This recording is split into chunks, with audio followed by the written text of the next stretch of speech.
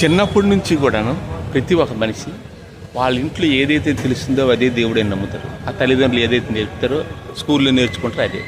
అయితే వాళ్ళు ఎక్కడికి వెళ్ళినాను అది ఏదంటే ఒక గుడికి ఒక ఏదో టెంపుల్కి కానీ ఏదో పెళ్ళిళ్ళు అయినా ముక్కురంతే మొక్కుతాను అంటారు. అలాగా వెళ్ళిపోతుంటారు. కానీ వాళ్ళు ప్రత్యేకించి దాని గురించి చెప్పడం అనేది ఉండదు. కానీ క్రైస్తవుడు మాత్రం తప్పనిసరిగా వాళ్ళు వీడియో చేసినా ఏది చేసినా ఎట్టి పరిస్థితులు దేవుడి గురిండే చెప్తారు. వాళ్ళు ఈ లోకం గురించి ఏమీ చెప్పరు.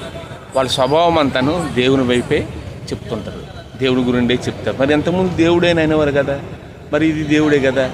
ఇవన్నిటి తేడా ఏం తెలుస్తుంది జనాలకి? దేవుడిని నమ్మిన తర్వాత మనశ్శాంతి ఉంటుంది. దీనికి డిఫరెంట్ ఇలా తెలుస్తుంది నమ్మేవాళ్ళకి, నమ్మని వారికి కాదు.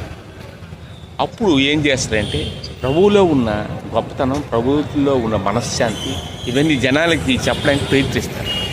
అయితే వాళ్ళకి అంత జ్ఞానం లేకపోవడం వలన ఎక్కువగా దాన్ని ఎక్స్ప్లెయిన్ చేయలేరు. అది గ్రంథాలు అన్నీ చదివి అన్నీ చేసి ఎక్స్ప్లెయిన్ చేయగలుగుతారు, కొంతమంది చేయలేరు. అంత మాత్రాన విశ్వాసం కాదు, అంత మాత్రాన ఆయనకేం తెలియదని కాదు. దేవుడు అలాంటి వాళ్ళ తరపునే దేవుడు ఉంటాడు. యేసు ప్రభు ఆలవైపు ఉంటాడు. దేవుడిని నమ్మిన వాడు ఒక డిఫరెంట్గా ఉంటాడు.